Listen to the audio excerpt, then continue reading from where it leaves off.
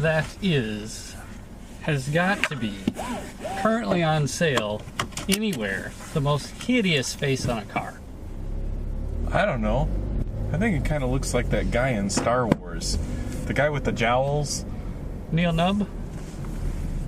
I'll take your word for it. Flew the Millennium Falcon into the Death Star at the very end, episode 6. The Millennium Falcon? Yeah, flew the Millennium Falcon. The guy with the jowls? We are not thinking of the same guy. I'm thinking of the You're guy... You're thinking of Admiral Ackbark. No, that guy's got a big head, right? Okay, then you are thinking of Neil Nubb. With Neil Lando Nubb Calrissian at the very end of the movie. Flew into the... With the jowls. Yeah, With the black eyes. Yeah, Neil Nubb. Oh, okay. Yeah. Yeah. Yeah. Yeah, this Scion Scion IA looks like him. Okay. I get it. So maybe we should take this to opening night of Star Wars The Force Awakens.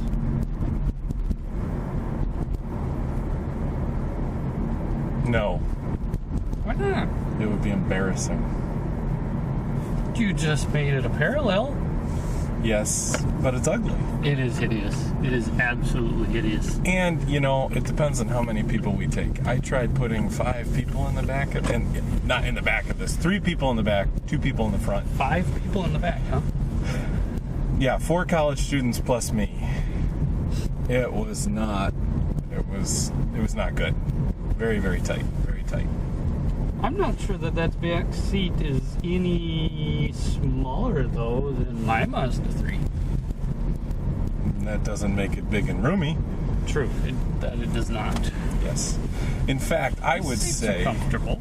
Yeah, oh yeah, they're comfortable. The biggest deficiency, though, with the seat is that there is no armrest. True, I brought my own. And I did look up. Scion does offer, as an accessory, an armrest for $295. $295? It's ridiculous. This thing You mean comes... Mazda offers them? No. Because this is really a Mazda. Scion. I know it's really a Scion, a Mazda, but it's really a Mazda. But it's There's branded. nothing Scion in here except for that emblem there and that hideous face on there. Well, that's true. Well, Yours at home, and if it's you're interesting. Confused. The etching on the windshield says Toyota. It does say Toyota. I was wondering about that. When we drove the Miata, it said Mazda, and I thought, I wonder when the Fiat version comes out, will that say Mazda or will that say Fiat? Now I think I have the answer. It'll probably say Fiat.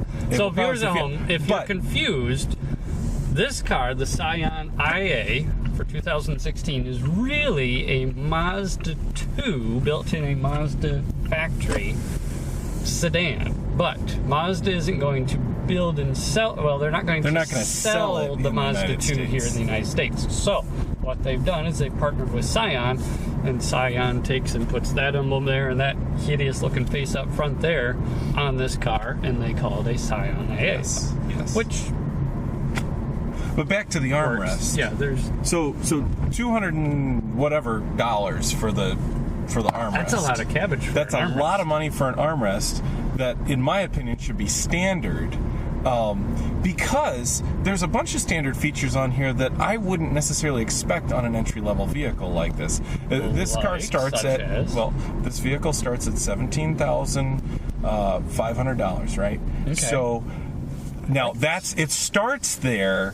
If you get the automatic, they kind of like assume that everybody's going to get the automatic. But if you want the manual transmission, you save $1,100. Whoa! Save the $1,100. That's a lot. Put some of the money into the armrest.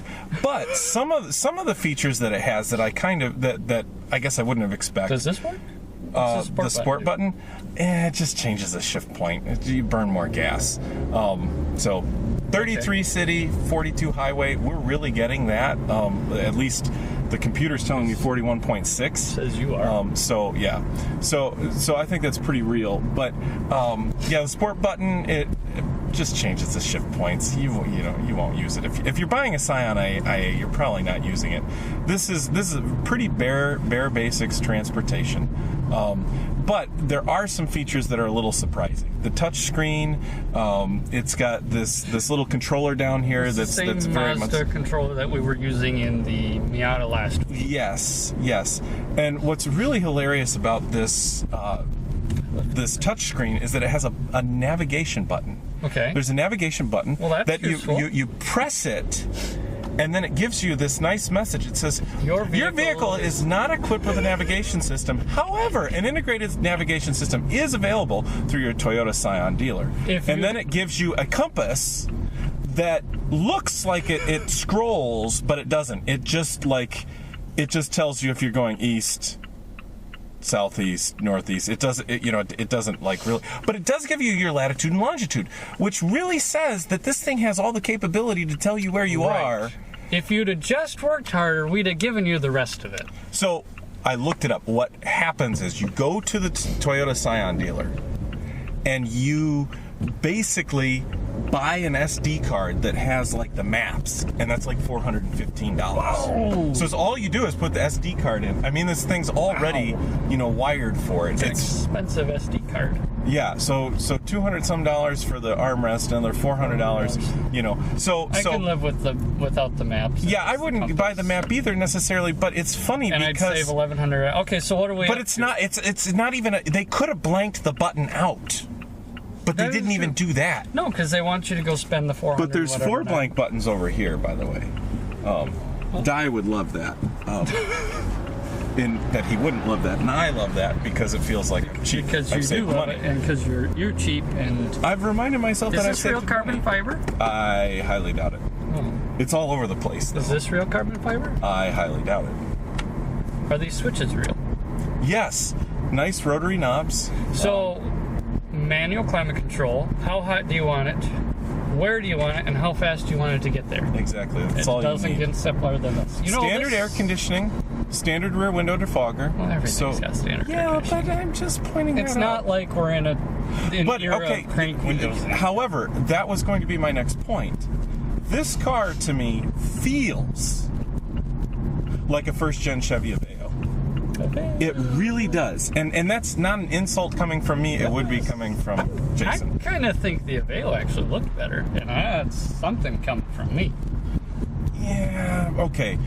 I like that gauge, kind of, except it's all the little gimmickry behind it.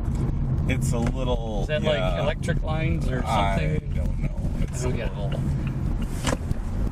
overdone. So, my question, because... I'm a Mazda fan, and really we know underneath this really is a Mazda. Yes. How does it drive? What's the handling like? Because Mazdas are known for handling. Mazdas are, albeit front-wheel drive, handle way better than they ought to. They are more than the sum of their parts. Okay, well, we know this. Okay, my opinion, having spent thousands of miles behind the wheel of a Chevy Aveo. Yes, you have. Why is that relevant? That's relevant because I don't see any difference. Oh.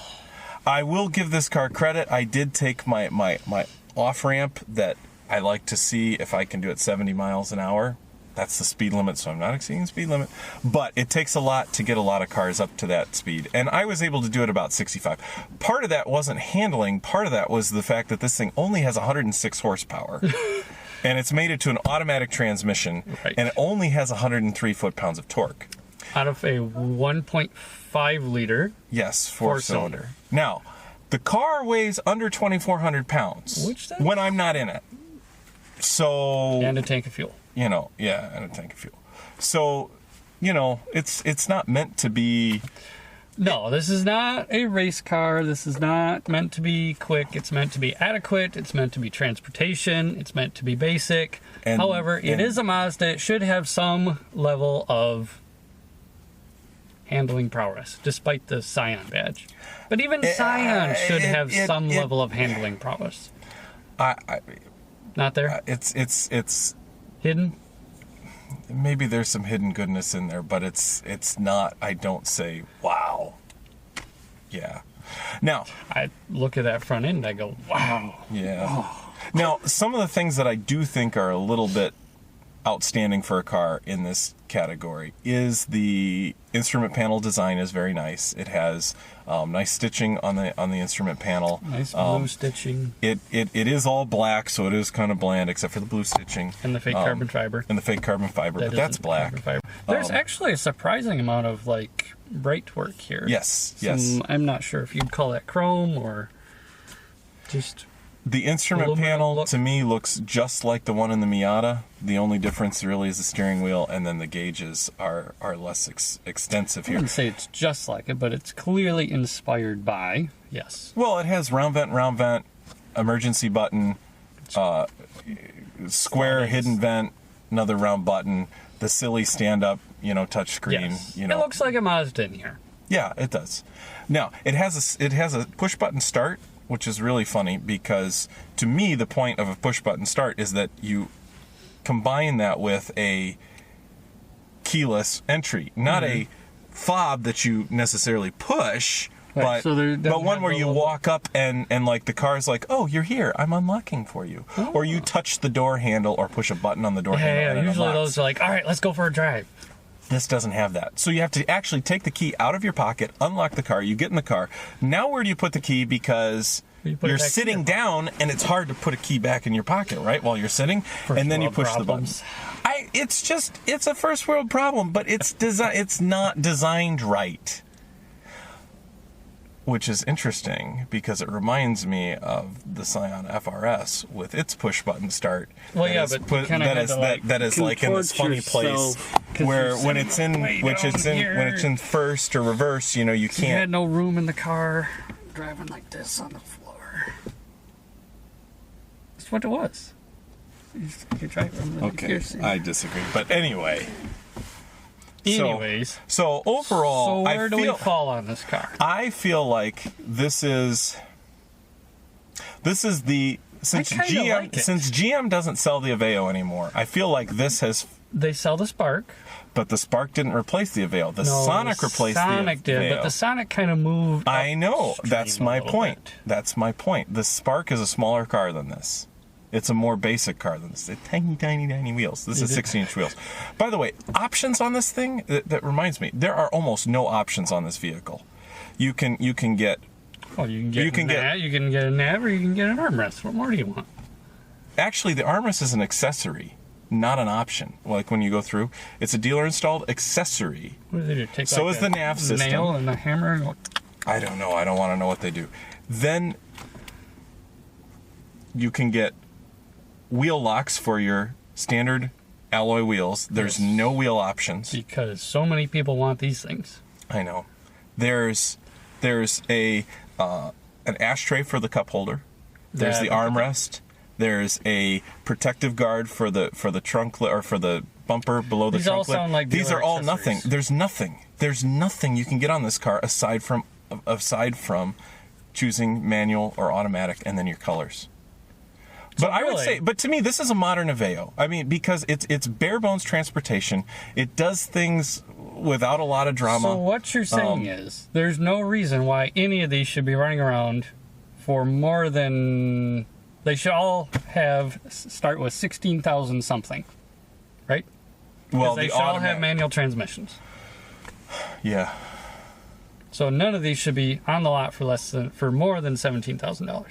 I honestly don't think they're going to sell many of these. Because you got to love that face. And this price is not, at $16,000, this price is not so low that it's the cheapest car on the market. True. Despite all that, I still think I like it. I don't hate it. Actually, that's probably a better way of putting it. And on that note, I think we're done here.